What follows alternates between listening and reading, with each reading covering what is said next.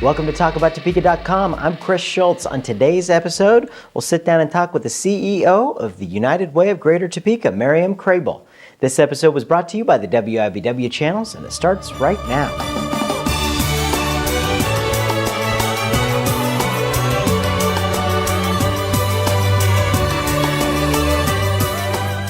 Miriam Krehbiel, the CEO of the United Way Greater Topeka. Miriam, thank you for joining us. Oh, it's so nice to be here. Thank you for having me. Yeah, you bet. Thanks for coming. Sure. You know, so the United Way, it's an organization that's been around for a long time, and you know, a lot of people talk about it, but a lot of people don't know what the United Way is. So let's just start off with what the United Way is. Absolutely. You know, the United Way is really an organization that is committed to bringing about positive change in the community.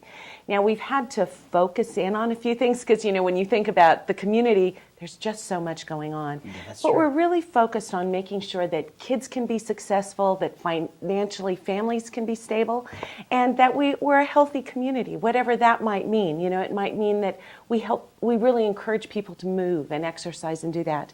So United Way brings together all kinds of partners, whether it's corporations or nonprofit organizations or government or just individuals that want to be committed to help us do that then, to advance those sorts of things that really in the end help all of us. A lot of, you know, the smaller organizations, you're kind of a voice for them as well, yeah. Sometimes we are, absolutely, a voice for them to really bring about some change in the community or making people aware of all of the things that it takes to make this community healthy. Sure. And, you know, you guys have been in the media a lot. I mean, you always are in the media, but recently you guys have been in the media for a lot of change that's been happening. Exactly. Let's talk a little bit about that change. Sure, Chris. You know, we went through a time where United Way really was just focused on raising money and passing that through to other organizations.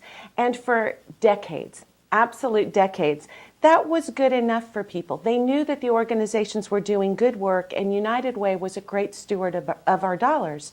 But when you look at the work now and what donors are looking for, they're looking for more accountability. They're looking for us to be able to say, look, what's really changing because I'm supporting United Way? Whether it's through their money, whether it's through volunteerism, our donors really want to know what's happening. And so we then have had to really change and really set very specific goals around what we're going to accomplish. For us, it's 10-year goals. So in the next 10 years, what is United Way going to accomplish? What are we going to do? So that has brought about a different kind of perspective. It means we opened up our member agency status to any of the nonprofits in our community that can help us achieve those goals. Wow. So all of that then feels very different to people. But in the end, it's really about helping those that are most vulnerable have an opportunity to make their lives better, whether it's children or adults or families. So in the end, it's not that different, but the approach is different. Organizations have to change. You know? Sure. I mean, what worked 20 years ago, 10 years ago, even 2 years ago, Yes. you know, has to change for today and be here for today. So, That's so you know, true. it makes perfect sense. With you, where did you come from? How did you get to the United Way? I was actually born in Kansas, raised in Kansas, educated in Kansas, and then I took a little bit of time to go travel around the United States. But when I was in the Los Angeles area, I had been in LA for about 10 years and had a friend that said, you know, there's this position with the United Way out there, and Miriam, I think that would be a good job for you. But I'm a registered nurse by degree. Okay. Have kind of come through different pieces of the for-profit world. And so when you kind of marry nursing with the for-profit world, you kind of end up with United Way.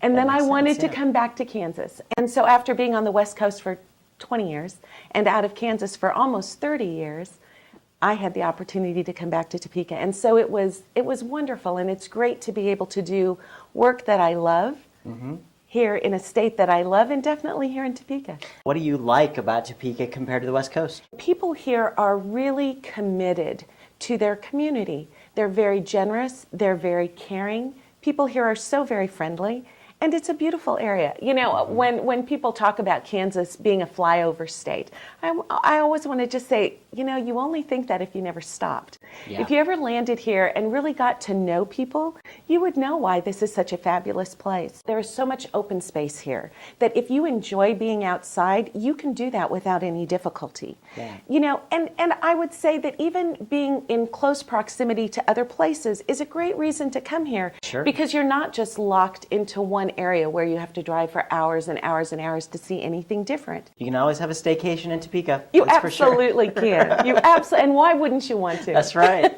Well, I thank you so much for coming and talking a little Absolutely. bit about the United Way and telling everybody who you are. We appreciate Sure. that. But I can't let you leave until we get to our lightning round. It's the notorious lightning round great. time, folks. I've got these cards here. Okay. I just read off the questions and you give me the first thing that pops to your mind. Oh my goodness. Okay, that could be dangerous. All right. We're going to put 60 seconds on the clock and Okay. go. What's your favorite tourist attraction in Topeka? The Capitol. Very good. What's for dinner tonight? Oh my goodness. I actually don't even know. My mom is in town, and I bet we'll have something beef. Let's call it roast. What time should I be there? Yeah. Right. 6:30 should do it. All right, good deal. In your opinion, what was the greatest movie ever made? Oh my goodness. That's another tough one, and I've only got 60 seconds. I have to think quickly. Dominic and Eugene. Oh, good one, good one. Paper, rock, or scissors? Oh, rock. Oh, you won. Darn it. Paper or plastic? Paper. All right. Where would we likely find you if we were to run into you on a night out on the town? Bosco's maybe. Great, very good. And if you could bring back a dead celebrity to life, who would it be and what would you ask him?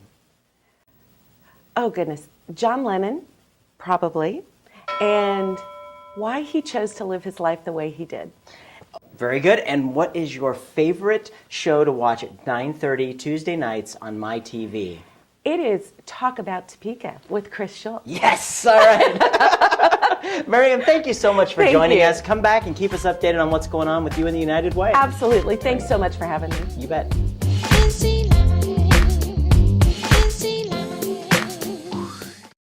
Thanks for tuning into this episode of TalkAboutTopeka.com. I'm Chris Schultz.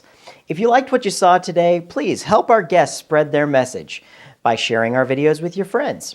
You can also find us on Facebook, Twitter, and be sure to subscribe to our YouTube channel. This episode of Talk About Topeka was brought to you by the WIBW channels and Field of Greens, a garden bistro in downtown Topeka. Topeka's #1 salad bar, according to me. Thanks for joining us. Remember, keep talking about Topeka.